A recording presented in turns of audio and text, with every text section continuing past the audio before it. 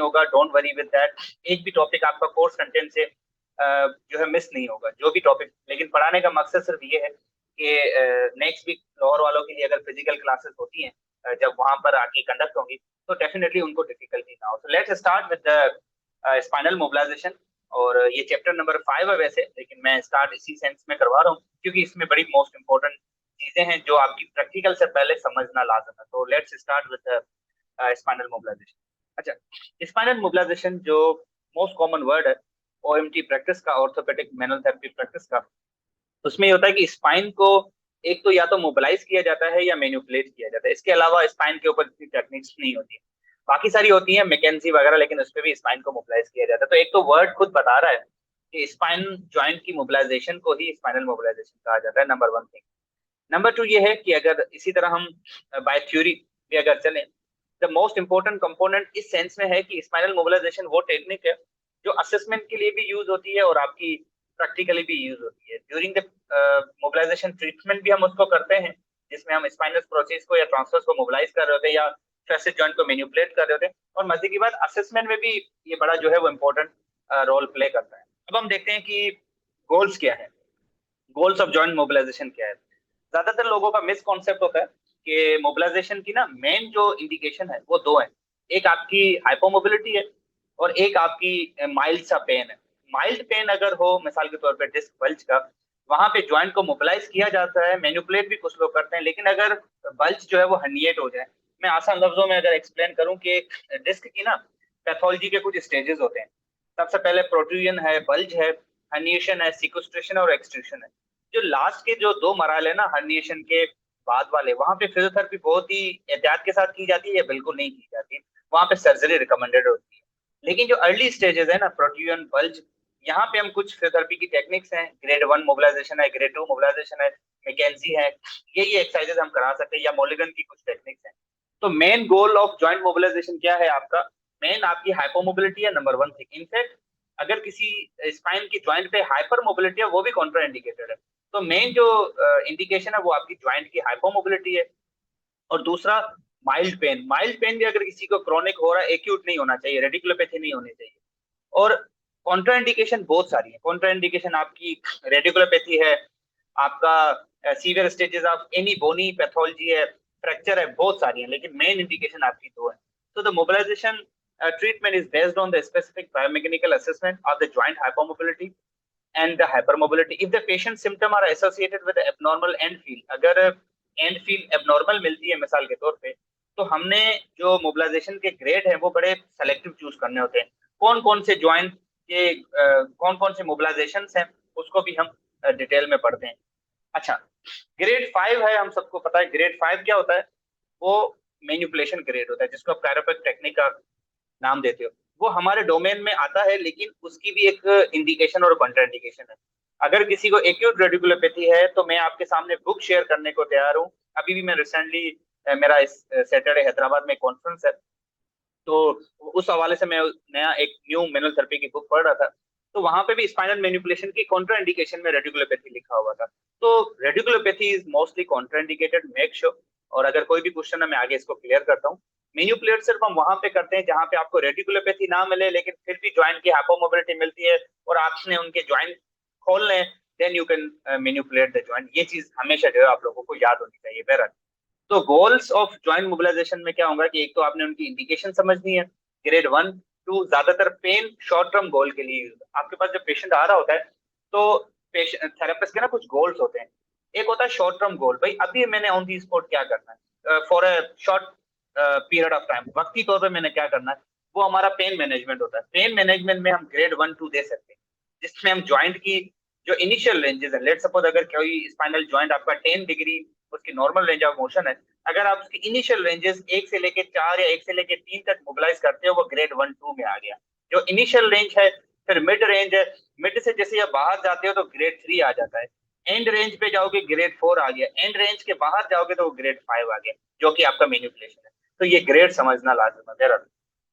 उसके बाद goals of joint mobilisation के बाद कुछ उसके टाइप्स हैं, उसको हम देख लेते हैं। सबसे पहले है pain relief mobilisation. Pain relief में मोबिलाइजेशन मतलब अगर पेन आपके पास पेशेंट सीवियर पेन के साथ आता है, to ease severe pain, spasm, paresthesia, and to help to normalize the joint fluid viscosities that interfere the movement. अगर आपके पास acute कंडीशन में पेशेंट जो है वो आ रहा होता है, मिसाल के तौर पे बिल्कुल पेन में है, सीवियर पीआईवीडी का केस है, पोस्टीरियर इंटरवर्टिब्रल डिस्क बल्ज है या रेडिकुलोपैथी के साथ है, तो पहला आपका टारगेट क्या होता है? Pain relief mobilisation. इसको हम आगे डिटेल में पढ़ेंगे, लेकिन ये एक वर्ड है। दूसरा होता है रिलैक्सेशन मोबिलाइजेशन। रिलैक्सेशन मोबिलाइजेशन मतलब हम मोबिलाइजेशन तो कराते हैं, लेकिन रिलैक्स करने के लिए। किसको? मसल को रिलैक्स, ज्वाइंट को रिलैक्स, पेन को कम करने के लिए या मूवमेंट को फैसिलिटेट करने के लिए। तीसरी मोबिलाइजेशन है आपके पास स्ट्रेच मोबिलाइजेशन और मैन्युपुलेशन। स्ट्रेच मोबिलाइजेशन मतलब पहले हम स्ट्रक्चर को स्ट्रेच करेंगे और मीनवाइल उसके साथ मोबिलाइज करेंगे। ये जो बच्चे फिजिकली क्लास लेने कराची में आए थे, मैंने उनको स्ट्रेच मोबिलाइजेशन परफॉर्म, वेल हमने तो सारी टेक्निक परफॉर्म की थी, लेकिन एक वर्ड है। और उसके बाद मैन्युपुलेशन है क्विक मोबिलाइजेशन, जिसमें हम थ्रस्ट दे रहे होते हैं। ठीक है, इसको हम सारे डिटेल में पढ़ते हैं, ये सिर्फ वो है, इन लिस्ट है, चेक लिस्ट है बेसिकली। अब सबसे पहली पॉइंट क्या था? मोबिलाइजेशन की टेक्निक्स कौन कौन सी है, उसमें से पहली है पेन रिलीफ मोबिलाइजेशन। अब मोबिलाइजेशन की टेक्निक है, पेन रिलीफ मोबिलाइजेशन है, स्ट्रेच रिलैक्सेशन है, और स्ट्रेच मोबिलाइजेशन और मैन्युपुलेशन है। सबसे पहली क्या है? Pain relief mobilisation. Pain relief mobilisation मतलब जब पेशेंट आपके साथ पेन के पास आ रहा होता है, तो वो मोबिलाइजेशन आपने चूज करनी है जो स्पेसिफिकली पेन को कम करने के लिए बनी। मिसाल के तौर पे हम कहते हैं ग्रेड 1-2 मोबिलाइजेशन पेन को कम करने के लिए बना हुआ है, इसीलिए उसको पेन रिलीफ मोबिलाइजेशन कहा जाएगा। तो if a patient has severe pain या other system are the other symptoms like spasm, paresthesia, such that the biomechanical status of the joint cannot be confirmed, or that the grade 3 stretching technique cannot be tolerated। मिसाल, patient आपके पास severe pain के साथ आता है, आप कहते हो कि भाई इसमें तो ग्रेड 3 मोबिलाइजेशन हम दे ही नहीं सकते, स्ट्रेच मोबिलाइजेशन वो बर्दाश्त नहीं कर सकता, थ्रस्ट वो बर्दाश्त नहीं कर सकता, तो आपके पास क्या ऑप्शन रहेगा? ग्रेड 1 और 2। ग्रेड 1-2 में आप उसके पेन को भी कम कर सकते हो, मतलब ग्रेड 1-2 मतलब इनिशियल डिग्री ऑफ रेंजेस जो है पेशेंट के ज्वाइंट की, उसको आपने मोबिलाइज करना। मैं आपको एक बेस्ट मिसाल देता हूँ। मिसाल, एक पेशेंट आपके पास आता है, उसकी ज्वाइंट रेंज है टोटल 10, नॉर्मल उसकी 10 रेंज ऑफ मोशन है मिसाल के तौर पे। अब उसकी जो 5 डिग्री हो गई वो है मिड रेंज होगी, लेकिन उसकी जो 1 से लेके 3 तक की है वो इनिशियल रेंजेस है। अब उस ज्वाइंट को अगर आप 1 से लेके 3 तक जितना भी मोबिलाइज कर लो, आप इनिशियल रेंजेस में हो, जो कि आपका ग्रेड 1-2 कहलाएगा। जैसे ही आप डिग्री 5 डिग्री तक पहुंचोगे, वो ग्रेड 2 से ऑनवर्ड प्रोसीड करेगा। जैसे ही 5 डिग्री के आगे बढ़ गए, तो ग्रेड 2 भी आपने क्रॉस कर लिया, अब आप ग्रेड 3 में आ गए, और इस तरह करके आप ग्रेड बढ़ाते जाते हो। तो पहले हम फोकस करते हैं ग्रेड 1-2। तो ग्रेड 1-2 मतलब जो ज्वाइंट के पेशेंट के ज्वाइंट की जो अवेलेबल रेंज के जो इनिशियल रेंजेस हैं, उसमें अगर किसी को मोबिलाइज करते हो तो वो ग्रेड 1-2 है, जो कि अमूमन हम पेन रिलीफ के लिए देते हैं। इसके बाद पेन रिलीफ ट्रैक्शन मोबिलाइजेशन। अब ट्रैक्शन मोबिलाइजेशन क्या है? ट्रैक्शन मतलब कि जब आपने ज्वाइंट को, जो भी ज्वाइंट है, स्पाइन हो या कोई भी है, उसको जैसे आप ट्रैक्ट करते हो, ट्रैक्शन देते हो, डिस्ट्रैक्शन देते हो, उसके बाद ट्रैक्शन को सस्टेन करके अगर आप उसकी मूवमेंट कराते हो, वो ट्रैक्शन मोबिलाइजेशन है। मिसाल दूं मैं आपको, मिसाल, पेशेंट सुपाइन पोजीशन में, रेस्टिंग पोजीशन में, आप उसके सर्वाइकल नेक को पहले ट्रैक्ट करते हो, ट्रैक्शन सस्टेन रखोगे, उसके बाद अगर उसकी गर्दन नेक की मूवमेंट कराते हो, चाहे कोई भी रोटेशन हो या साइड फ्लेक्शन हो, अब आप क्या करा रहे हो? ट्रैक्शन के साथ मोबिलाइजेशन करा रहे हो। तो this is how you manage. और ये भी हम क्यों यूज करते हैं? जिन पेशेंट में अगर माइल्ड कंप्रेस्ड है मिसाल के तौर पे, या कोई भी स्ट्रक्चर इन्वॉल्व है, तो उसको थोड़ा सा रिलीफ मिल जाता है, एंड देन यू कैन। अगर आप डेफिनेशन देखो, intermediate grade 1 and 2 traction mobilisation slack zone में दिया जाता है, अप्लाइड इन रेस्टिंग पोजीशन या एक्चुअल रेस्टिंग पोजीशन में दी जाती है, जो कि आपको पता है मोस्ट ईजिंग पोजीशन है। सिंपली इज दैट पेन को कंट्रोल करने। जैसे ही सिम्टम कम हो जाएंगी, as soon as decrease the symptom, now allow the patient to tolerate the full biomechanical testing. मतलब जैसे ही पेशेंट का पेन कम हुआ, तो एक चीज कंफर्म होगी कि भाई पेशेंट का अगर पेन कम हुआ, तो मतलब नर्व की इन्वॉल्वमेंट थी, उसके बाद आप थोड़ा सा अपना फोर्स बढ़ा सकते हो। ठीक है, ओके। उसके बाद फिर दूसरी मोबिलाइजेशन, पेन रिलीफ मोबिलाइजेशन की टाइप्स है, वाइब्रेशन और ऑसिलेशन। काफी लोग हम वाकिफ होंगे वाइब्रेशन और ऑसिलेशन में से। अच्छा sir, what is difference between the traction and distraction? चले ये इमरान मैं बाद में क्लियर कर लेता हूँ, चले मैं मीनवाइल बताता चलता हूँ। ट्रैक्शन और डिस्ट्रैक्शन में फर्क ये है, ट्रैक्शन होता है फुल रीजन को कवर करता है, डिस्ट्रैक्शन एट आर्टिकुलर सरफेस। मैं आपको सिंपल सा मिसाल देता हूँ। जो ज्वाइंट बना रहे हैं दो आर्टिकुलर सरफेस, अगर स्पेसिफिकली दो आर्टिकुलर सरफेस को आप ट्रैक्ट करते हो तो वो डिस्ट्रैक्शन कहलाता है। लेकिन जब पूरा रीजन कवर अप हो जाएगा, मिसाल अगर किसी का गिलिनो ह्यूमरल जॉइंट दो आर्टिकुलर सरफेस को पकड़ के आप मूव करा रहे हो या डिस्ट्रैक्ट करते हो तो वो डिस्ट्रैक्शन कहलाएगी। लेकिन अगर आप उसको बाजू से पकड़ के खींचते हो तो वो ट्रैक्शन कहलाती है। तो रीजन का फर्क है और सेगमेंट का फर्क है। This is the difference between traction and distraction. Okay, vibration और ऑसिलेशन क्या है? वाइब्रेशन और ऑसिलेशन मतलब जो शॉर्ट मोबिलाइजेशंस होती हैं, बिल्कुल जो रिदमिक मोबिलाइजेशन है, ऑसिलेशन है, वाइब्रेशन टाइम देते हैं।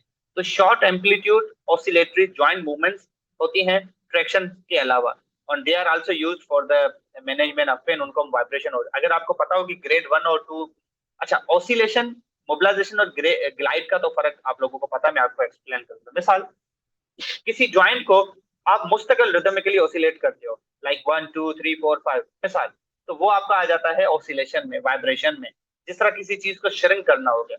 लेकिन ग्लाइड में हम वही जॉइंट मोबिलाइज तो करते हैं लेकिन कुछ सेकंड के लिए रख रहे होते हैं। तो ये फर्क है बेसिकली ऑसिलेशन में और उसमें मोबिलाइजेशन ग्लाइड में। These movements are used passively, passively applied होते हैं। mobilization आप actively कर भी नहीं सकते, आप passively ज्यादातर दी जाती हैं।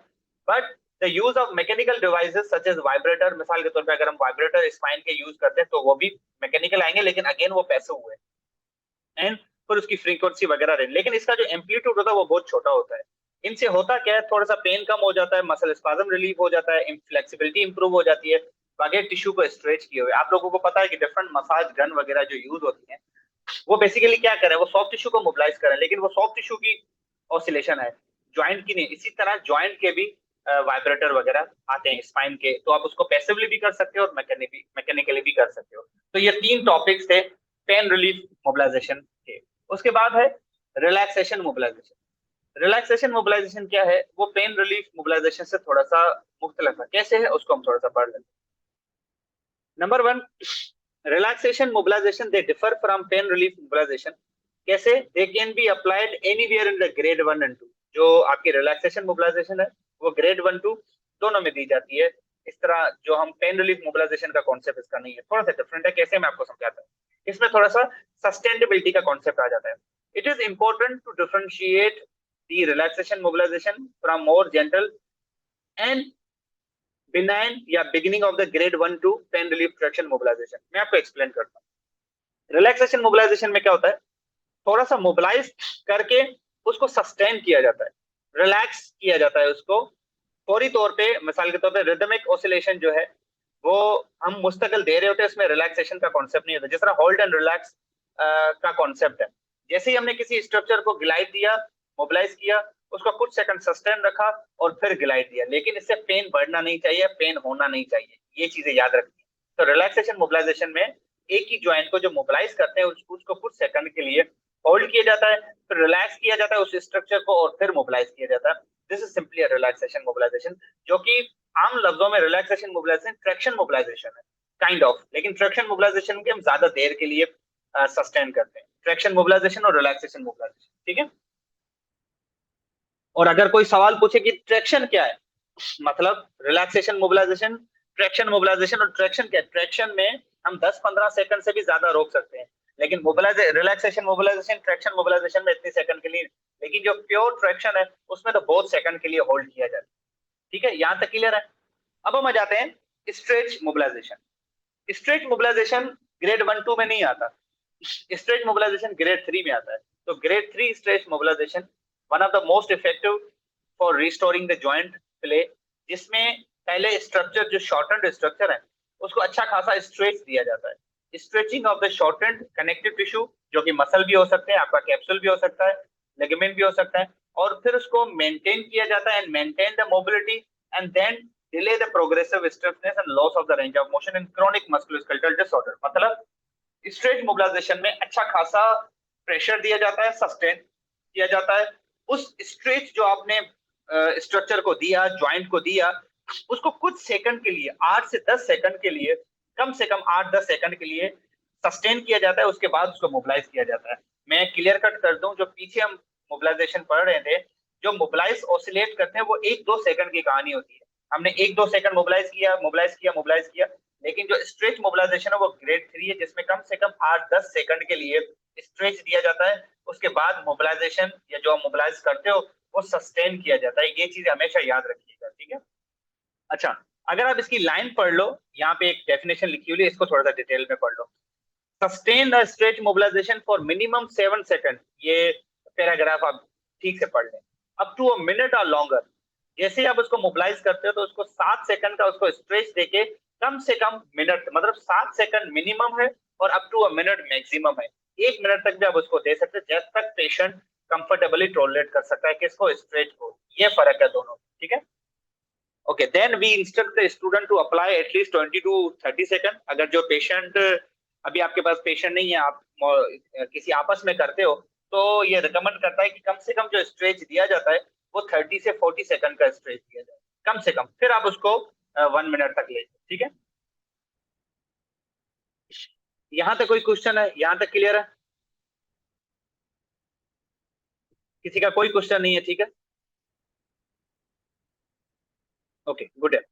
अब स्ट्रेस ट्रैक्शन जो मोबिलाइजेशन है ग्रेड 3 है, मिसाल के तौर पे उसमें स्ट्रक्चर को मोबिलाइज भी किया जाता है। पहले किसको, आपने सॉफ्ट टिश्यू स्ट्रक्चर को मोबिलाइज किया, फिर उसकी वो जिस मसल, मिसाल के तौर पे किसी मसल को पहले आपने स्ट्रेच दिया, फिर जो मसल जिस ज्वाइंट पे लगा हुआ उसके साथ भी आप जब उसको दे देते हो वो ट्रैक्शन में आ जाता है।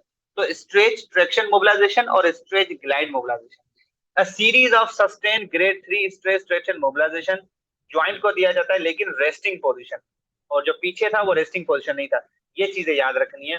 और वहां पे दिया जाएगा जहां पे ज्वाइंट हाइपोमोबिलिटी हो, तो apply stress traction mobilisation at the right angle to the treatment plan. और स्ट्रेच ग्लाइड मोबिलाइजेशन जो दिया जाता है वो सेम डायरेक्शन में दिया जाता है जिस तरफ की रिस्ट्रिक्शन हो। तो दोनों में बेसिकली ग्लाइड और ट्रैक्शन में ये फर्क है। जो स्ट्रेस ट्रैक्शन मोबिलाइजेशन है वो ट्रीटमेंट प्लान के परपेंडिकुलर रखा जाता है। मिसाल शोल्डर ज्वाइंट है, शोल्डर ज्वाइंट पे जो ट्रीटमेंट प्लान है वो ग्लिनॉइड पे है। अब अगर आपने वहां पे स्ट्रेस ट्रैक्शन मोबिलाइजेशन जब आप दोगे तो उसकी 90 डिग्री परपेंडिकुलर पे आप रखोगे, लेकिन जहां पे स्ट्रेच ग्लाइड दोगे तो उसके पैरेलल दोगे। कभी आपने शोल्डर ज्वाइंट पे इंफीरियर ग्लाइड अगर दिया हो तो आपको पता चलेगा कि ह्यूमरल ज्वाइंट को आप ग्लाइड देते हो downward with respect to the treatment plan, तो उसके वो पैरेलल होता है, तो वो ग्लाइड कहलाता है। लेकिन जब वहां पे आपने ट्रैक्शन देनी होगी तो आप 90 डिग्री पे देते हो। ये बेसिक दोनों में फर्क है, ठीक है। इसके बाद है मैन्युपुलेशन। अब मैन्युपुलेशन के लिए बहुत सारे लोगों का थोड़ा सा मिसकॉन्सेप्ट भी है कि मैन्युपुलेशन कैरोप्रैक्टर टेक्निक से डिफरेंट है। डिफरेंट नहीं है। मैन्युपुलेशन में हाई वेलोसिटी लो एम्पलीट्यूड थ्रस्ट दिया जाता है लेकिन एट द एंड रेंज। कुछ लोग इसको एंड रेंज तक देते हैं, कुछ लोग बियॉन्ड द एंड रेंज देते हैं, लेकिन कॉन्ट्रा इंडिकेशन पढ़ना लाजम है। यहाँ पे क्लियर कट लाइन लिखी हुई है, ऑर्थोपेडिक मैनुअल थेरेपी जितने भी प्रैक्टिशनर है they must understand the indication and contraindication to manipulate. अच्छा, सबसे पहले जो प्रीवियस टॉपिक में से अगर किसी का क्वेश्चन हो तो वो काइंडली पूछ लो। मैं 1-2 मिनट का ब्रेक ले लेता हूँ।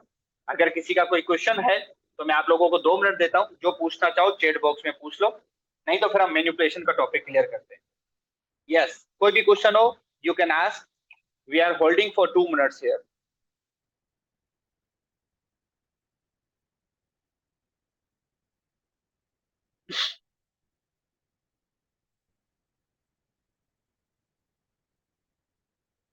ऊपर वाला दोबारा बता दें, मैं फिर से रिपीट कर दूं। काइंडली वो मेंशन कर दीजिएगा मोहम्मद लाशा, जो टॉपिक आप रिपीट कराना चाह रहे हो मेंशन कर दो। 2 मिनट में देता हूँ, जो बच्चा पूछना चाहे पूछ।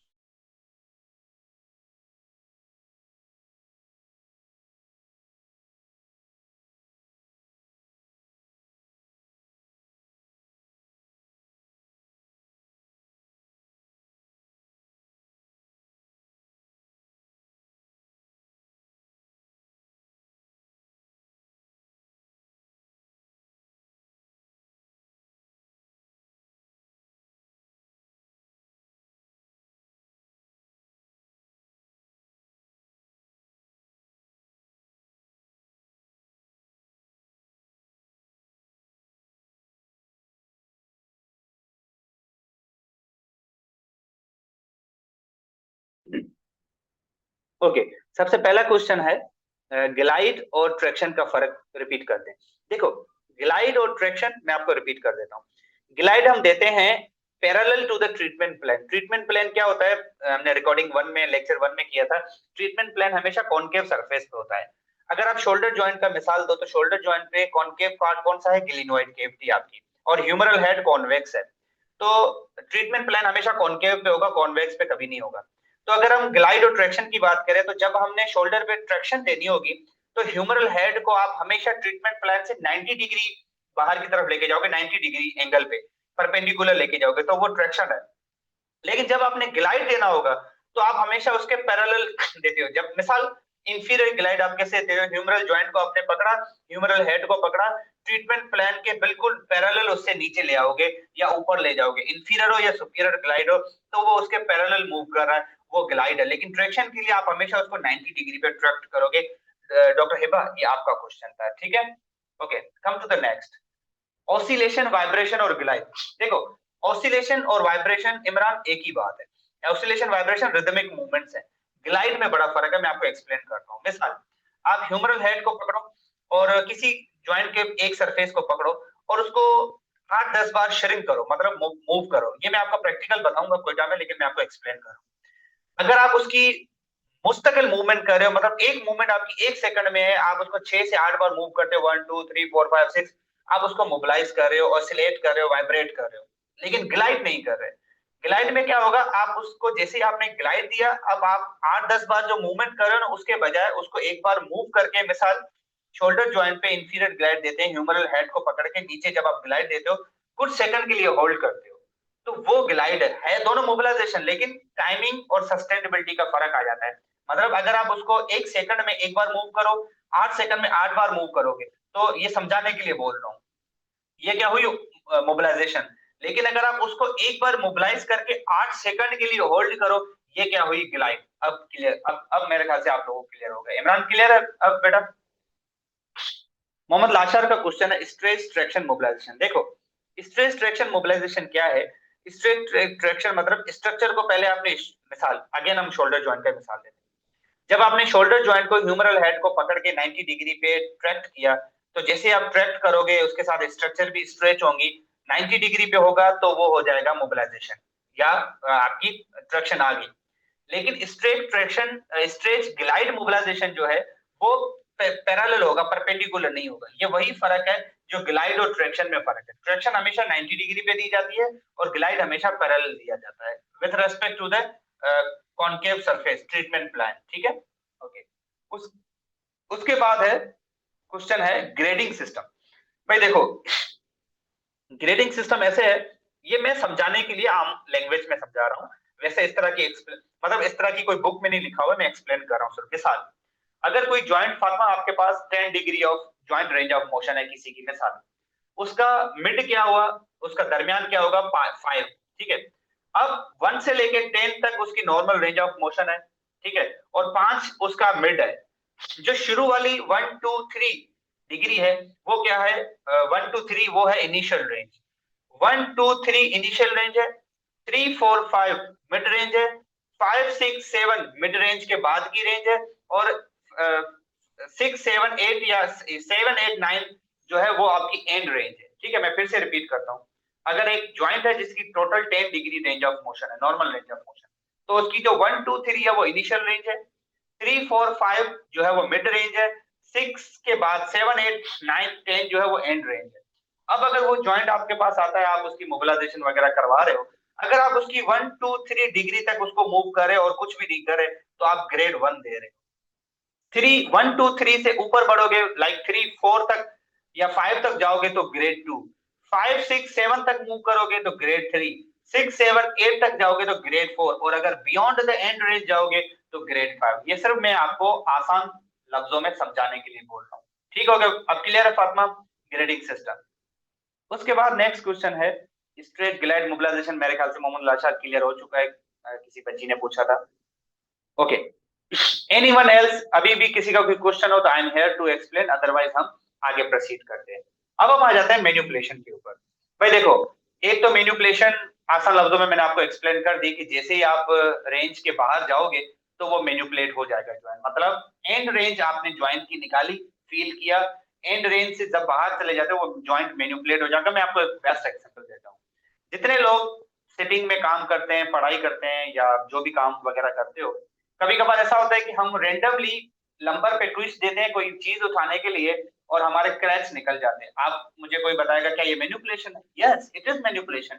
अब यहाँ पे आप कहोगे सर हमने थ्रस्ट तो कोई नहीं दिया, वो क्या है, थ्रस्ट नहीं दिया, लेकिन हमने ज्वाइंट जो एंड जो हाइपोमोबाइल हुआ था कुछ घंटे काम करने के बाद, मिसाल के तौर पे आपने जैसे ही बियॉन्ड द रेंज गए एंड मैनिपुलेट हो गया, थ्रस्ट अप्लाई हो गया, दिस इज आल्सो मैनिपुलेशन। तो manipulation is not a difficult to understand. Manipulation के लिए आप ज्वाइंट को सिर्फ एंड रेंज पे ले आओ और थ्रस्ट दो and you will manipulate the joint. इसीलिए मैनिपुलेशन हमेशा एंड रेंज में अप्लाई की जाती है।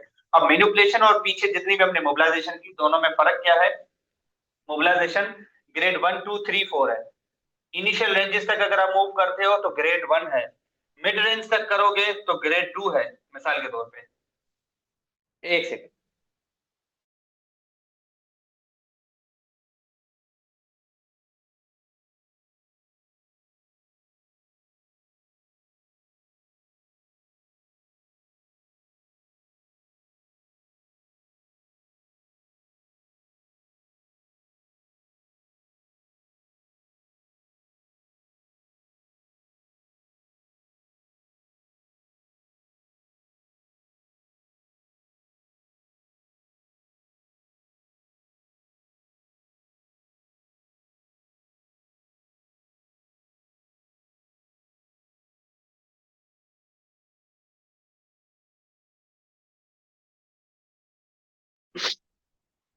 ओके, मैनिपुलेशन के लिए आपने सिंपली ज्वाइंट को जो है वो एंड रेंज पे लेके जाना है।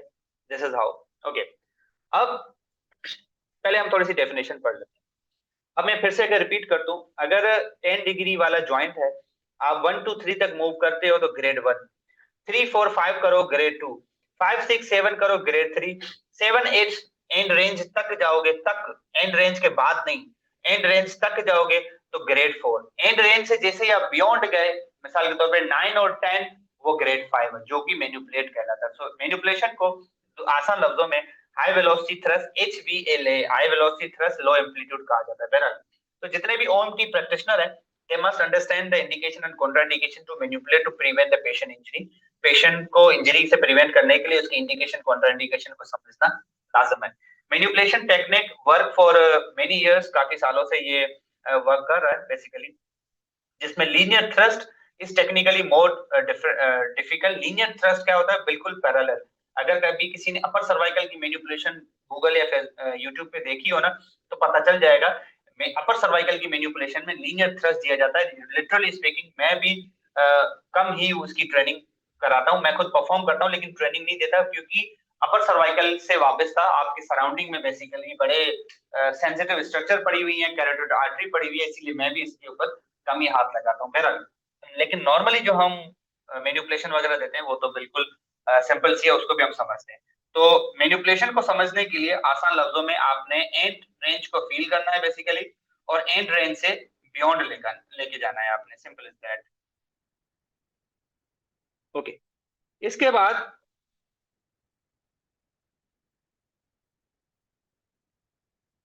अब अगर हम थोड़ा सा इसको पढ़ लें, risk to patient increases with rotatory manipulation, especially in the craniovertebral region। Cervical वैसे ही ओवरऑल सेंसिटिव है बेसिकली, लीनियर थ्रस्ट टेक्निक है, सारी ये चीजें इसमें मेंशन है। अब थोड़ा सा हम इसको मैनिपुलेशन को इंडिकेट कर लेते हैं। अगर आप ये पैराग्राफ थोड़ा सा पढ़ लो, अ कॉमन मिसकंसेप्शन, असल में ये मेरी ही लैंग्वेज राइटिंग है बेसिकली, इसीलिए मैं इसको एक्सप्लेन बार बार इसीलिए कर रहा हूँ क्योंकि ये बुक से मैंने ली है। A common misconception among the manual therapy practitioner is that the manipulation is continuation of the stretch mobilization। काफी लोग कहते हैं कि स्ट्रक्चर को स्ट्रेच करके मोबिलाइज करेंगे, उसी की कंटिन्यूएशन है। It is true that the practitioner first confirm that the patient can safely tolerate a low force manipulation। मैंने आपको पहले ही कहा था, सिंपली आप पेशेंट की ज्वाइंट को एंड रेंज पे ले जाए और देखो कि पेशेंट थोड़ा सा फोर्स बियर कर सकता है नहीं, फिर मैनिपुलेट किया जाता है। तो इसीलिए मैनिपुलेशन को समझने के लिए सबसे जरूरी चीज क्या है? And range. और एंड रेंज आप तब समझोगे जब ज्वाइंट की जो नॉर्मल पोजीशन है, रेस्टिंग, क्लोजिंग, ओपन, वो समझना आपके लिए लाजिम है। ठीक है, तो मैनिपुलेशन को हम आहिस्ता आहिस्ता करके चलते हैं। अब अगर जितनी भी हमने टेक्निक परफॉर्म की, मिसाल आपने स्ट्रेच मोबिलाइजेशन किया, जो भी किया, अगर उससे पेन हुआ तो आगे क्या करना है? If traction treatment exaggerate the symptom, एक्सरबेट या एग्जैजरेट द सिम्टम। अगर ट्रैक्शन से पेशेंट को पेन बढ़ गया तो क्या, ये चीजें याद रखनी है। तो अगर पेन बढ़ता है, if does you should adjust the joint positioning. मिसाल जैसे आपने ट्रैक्शन दी, पेशेंट का पेन बढ़ गया, तो आपने क्या करना है, पोजिशनिंग को वापस एडजस्ट करना है, कंटिन्यूअसली मॉनिटर करना है किसको, चेंजेस को जो कि रेस्टिंग पोजिशन में आ रही हो, और आपने पेशेंट की मिनिमल ईज पोजिशन में पेशेंट को लेके जाना है, जो हमने लास्ट टाइम पढ़ा था एक्चुअल रेस्टिंग पोजिशन है। तो आफ्टर द जो ट्रैक्शन फोर्स है, जैसे आपने दिया, पेशेंट का पेन बढ़ गया, सिम्टम बढ़ गया, आपने पेशेंट को फौरी तौर पे एक्चुअल रेस्टिंग पोजीशन में लाना है, ईज पोजीशन में लाना है, और ट्रैक्शन फोर्स को अल्टर कर देना है, ताकि पेशेंट जो फोर्स है वो बियरेबल हो जाए। Simple is that. और फाइनली करेक्ट करना है किसको, अंडरलाइंग पोजिशनिंग फॉल्ट को। भाई फॉल्ट कहाँ पे था, उसको करेक्ट करो, उसको वेरीफाई करो, एंड देन प्रोसीड। या समटाइम ऐसा भी होता है हम ट्रैक्शन बिल्कुल छोड़ भी देते हैं। कोई एक्यूट पीआईवीडी केस के साथ आता है, एक्यूट रेडिकुलोपैथी के साथ आ रहा होता है, तो हम ट्रैक्शन जैसे ही देते हैं, पेशेंट हाथ ही नहीं लगाने देता, मिसाल के तौर पर फ्रैक्चर है, एक्यूट नर्व कंप्रेस्ड है, तो भी पेशेंट हाथ नहीं लगाने देता। तो इन चीजों को हम ना मद्देनजर रखना होता है। ओके, यहाँ तक आई विश कि किसी का कोई क्वेश्चन नहीं है। Avoiding high risk manual treatment. जितने भी हाई वेलोसिटी थ्रस्ट फोर्सेस है ना, उसको यूजुअली वैसे ही अवॉइड किया जाता है। मिसाल कौन कौन सी टेक्निक को आपने अवॉइड करना है, रोटेशनल मोबिलाइजेशन। अब रोटेशनल मोबिलाइजेशन को क्यों अवॉइड किया जाता है, जनरल जब भी हम स्ट्रेच करके मोबिलाइज करते हैं तो कंसीडरेबल है। कैसे, जैसे ही आपने ज्वाइंट को ट्रैक्ट किया, स्ट्रेच दिया, उसको मोबिलाइज आप कर सकते हो, लेकिन उसी ट्रैक्शन को कंटिन्यू रखते हुए ज्वाइंट को रोटेशन में लेके जाना इज क्वाइट डिफिकल्ट। तो अवॉइड करते हैं यूजुअली लोग, मतलब एहतियात के तौर पे, avoid general rotation joint mobilisation, general spinal rotational mobilisation, जो कि मोस्ट डिफिकल्ट डेंजरस टेक्निक है फॉर द पेशेंट। मैं आपको सिंपल सा मिसाल दूं कि अगर आप लंबर स्पाइन या किसी थोरेसिक स्पाइन पे काम कर रहे हो, तो जैसे ही आप पहले स्पाइन को रोटेट करते हो, तो उसके फेसेट जॉइंट की जो शक्ल है, जो ओरिएंटेशन है, जो शेप है, वो वैसे ही चेंज हो जाती है। अब मीनवाइल अगर उसी रोटेशन को बरकरार रखते हुए आप जैसे ही थ्रस्ट देते हो या मोबिलाइज करते हो, तो वो थोड़ा सा रिस्की हो जाता है। इसीलिए यूजुअली इसके ऊपर कहा जाता है कि रोटेशनल जितनी भी टेक्निक्स है, उसको अगर अप्लाई भी करो तो वो थोड़ा सा रिस्की है, उसको एहतियात के साथ अवॉइड, अदरवाइज इसको अवॉइड करो। तो in these cases, techniques that produce a lesser vertebral rotation, ऐसी टेक्निक्स अल्टरनेट तौर पे जो जॉइंट को रोटेट तो करे लेकिन हल्का फोर्स, हल्का पेन प्रोड्यूस करे, जिस तरह स्ट्रेचिंग्स है मिसाल के तौर पे, तो उनको एहतियात करें, ज्यादातर सेफेस्ट वे अप्लाई करें। सेफेस्ट वे क्या होगा कि थ्रस्ट से 1000 गुना बेहतर आप उसको मोबिलाइज करें। मैं आपको मिसाल दूं कि अगर लंबर रेडिकुलोपैथी के साथ पेशेंट आता है, आप उसकी रोटेशन करवा रहे हो और थ्रस्ट दे रहे हो, वो वैसे ही रिस्की है। क्यों, मैन्युपुलेशन में तो कॉन्ट्रा, रेडिकुलोपैथी में तो मैन्युपुलेशन कॉन्ट्रा इंडिकेटेड है, लेकिन क्या रेडिकुलोपैथी में मोबिलाइज कर सकते हो? Yes, you can do mobilisation. तो ये चीजें आपके सामने लिखी हुई है। फिर इसके बाद ज्वाइंट कंप्रेशन। ज्वाइंट कंप्रेशन क्यों एहतियात करनी चाहिए? मिसाल अगेन एक रेडिकुलोपैथी के साथ पेशेंट आता है, आपने उसका ज्वाइंट देखा, स्पाइन है, पेरिफेरी है, जो भी है, अगर आप उसको मुस्तकिल फोर्स अप्लाई किए जा रहे हो तो आप खुद नर्व को कंप्रेस कर रहे हो। तो avoid usually joint compression technique as they can to exaggerate the joint condition. मिसाल कोई सीवियर स्टेजेस ऑफ आर्थराइटिस, आप उस पर कंप्रेसिव फोर्स देते हो तो पेन बढ़ सकता है। सीवियर स्टेजेस ऑफ आर्थराइटिस है तो पेन बढ़ सकता है। सो technique that produce the indirect compression अगर आ रही हो तो उसको काइंडली अवॉइड किया जाए। This is how you can perform. While some practitioners believe that the passive manual joint compression then can stimulate the cartilage nutrition, लेकिन अगर किसी में degenerative changes हैं, cartilage भी उसके affected है, और वहां पे आप अगर जो है joint compress किए जा रहे हो, तो वो kind of risky हो सकता है। This is how. तो ये छोटा सा टॉपिक था, जितनी भी टेक्निक्स थी हम इसको प्रैक्टिकल अप्लाई करेंगे, मैनिपुलेशन भी करेंगे, मोबिलाइजेशन भी करेंगे, लेकिन पहले उसका थ्योरी का कॉन्सेप्ट क्लियर करना। तो आज के इस चैप्टर में से हमने क्या कंक्लूड किया? ये कंक्लूड किया कि जॉइंट चाहे मोबिलाइज करो, जॉइंट चाहे मैनिपुलेट करो, आपने एक चीज का ध्यान रखना है, वो किस चीज का? वो है उसकी इंडिकेशन का। तो पूरी जॉइंट मोबिलाइजेशन का चैप्टर उठा के देख लो, स्पाइनल मोबिलाइजेशन हो चाहे पेरिफेरल जॉइंट मोबिलाइजेशन हो, मेन इंडिकेशन उसकी क्या है? आपकी हाइपोमोबिलिटी और माइल्ड पेन। लेकिन मैन्युपुलेशन हो, उसकी भी इंडिकेशन यही है, हाइपोमोबिलिटी। लेकिन कॉन्ट्रा इंडिकेशन आपको ढेर सारी मिलेंगी, severe stages of arthritis, severe stages of osteoporosis and all the other structure degenerative changes, acute radiculopathy, any open wound, fracture, dislocation, कोई कार्टिलेज इंस्टेबिलिटी, कोई meniscal tear, they all are contraindicated, लेकिन indication सिर्फ दो हैं। तो इसीलिए मैंने बहुत सारे लोगों को अप्लाई करते हुए देखा है कि वो एक्यूट रेडिकुलोपैथी में भी जो है वो एडजस्टमेंट कर रहे हैं। ये बहुत गलत प्रैक्टिस है, ये माल प्रैक्टिस कहलाती है। वो वक्ती तौर पे तो आपको, अच्छा, मोस्ट इंपॉर्टेंट क्वेश्चन मेरे ख्याल से बच्चों को पूछना चाहिए, मैं आपको एक्सप्लेन कर देता हूँ, ऐसे ही मेरे जहन में था।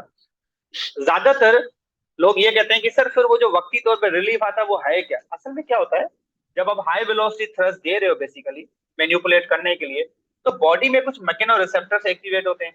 जब मैकेनो रिसेप्टर्स एक्टिवेट होंगे वो ब्रेन को कुछ सिग्नल भेजते हैं। वक्ती तौर पे आपका पेन सबसाइड हो जाता है, लेकिन वो ट्रीटमेंट नहीं है। क्यों? एक जॉइंट आपका एक अरसे से हाइपोमोबाइल था, मिसाल थोरेसिक में 12 वर्टिब्रा है आपकी, अल्लाह ना करे रेडिकुलोपैथी किसी एक लेवल पे आपने दूसरे लेवल से उसको एडजस्ट कर लिया, आपको वक्ती तौर पर रिलैक्सेशन तो मिल जाएगी, लेकिन वो ट्रीटमेंट नहीं है। इसीलिए मैं अगेन एंड अगेन कहता हूँ, मैनिपुलेशन रेडिकुलोपैथी में कॉन्ट्राइंडिकेटेड है। तो we are done with the spinal mobilization this chapter. अगर किसी का कोई क्वेश्चन हो तो you can ask me again, we can take a 2 minutes, just take a look all the topics को आप देख लो। अगर क्वेश्चन है तो you can ask me and I will answer it.